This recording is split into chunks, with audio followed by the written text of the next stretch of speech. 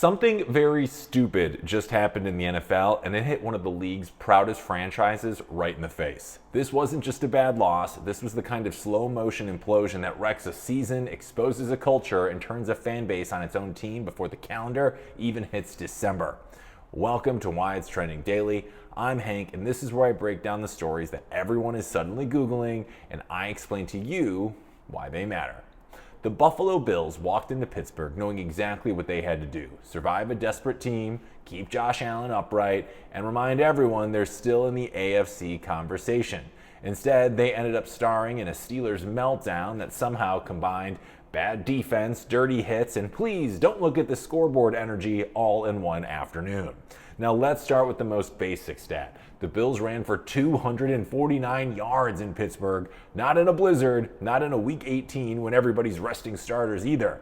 In a must-win game where the Steelers supposedly had their season on the line. James Cook turns into Derrick Henry, Ray Davis and Ty Johnson are ripping off chunk plays, and Josh Allen is getting first downs with his legs like it's backyard football. Now, for a franchise that built its entire identity on "we may lose, but you're going to feel it on Monday," getting bullied on the ground like that is embarrassing. Now add the offense. Steelers fans have been telling themselves a bedtime story all year.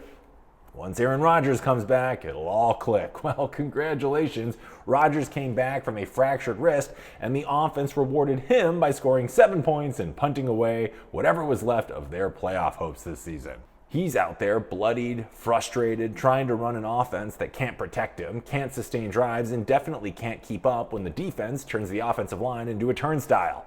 If this is what the Savior looks like, well, I think church might be closed. And then we hit the part that's going to light up the league office. Josh Allen slides for a first down, textbook. Exactly how the NFL tells quarterbacks to protect themselves.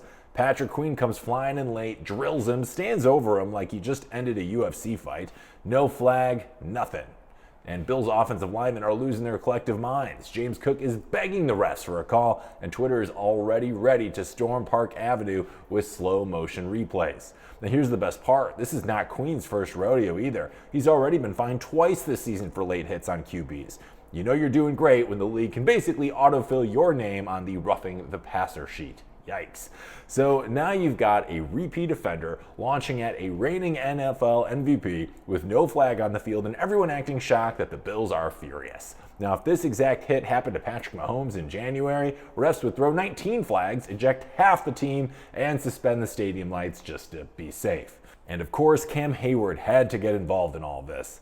Now, Allen's on the ground, Hayward gets up, leans in, and suddenly they're face mask to face mask in a trash-talking contest the mics had to censor in real time.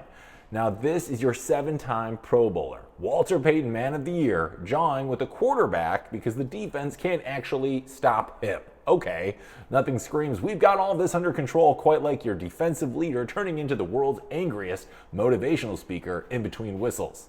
Now, here's why this matters way beyond one game. The Steelers are now 6-6 after starting 4-1. They've lost 5 of their last 7, just got bulldozed at home, and the identity they've sold to their fans for decades, physical, disciplined, nasty but smart, is gone. What's left is a team that can't stop the run, can't move the ball, and has to resort to borderline dirty shots on superstar quarterbacks just to feel relevant. That's not Steelers football. That's "we don't know who we are, so let's hit somebody late and hope it goes viral."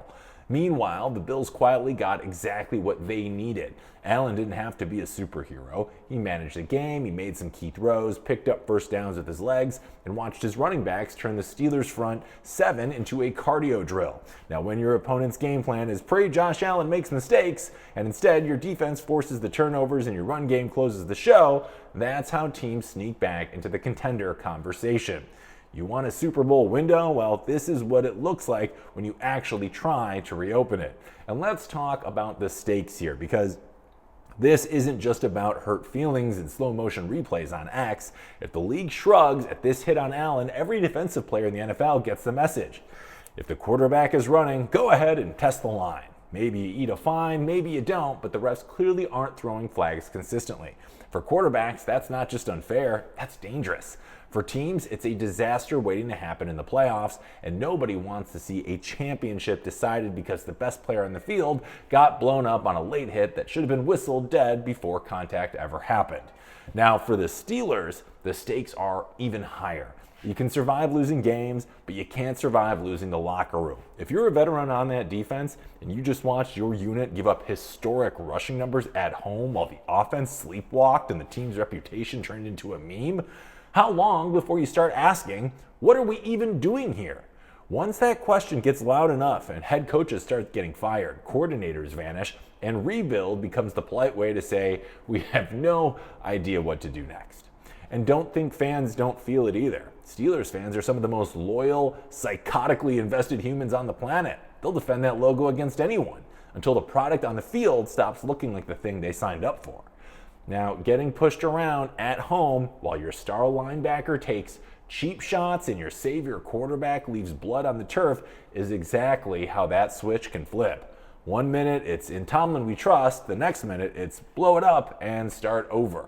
Now, if you're the Bills, this game is validation. If you're the Steelers, it's a mirror. And if you're the NFL, it's a giant blinking warning light that says, figure out how you actually want to protect your quarterbacks before someone gets seriously hurt in a playoff game and everyone pretends they didn't ever see this coming.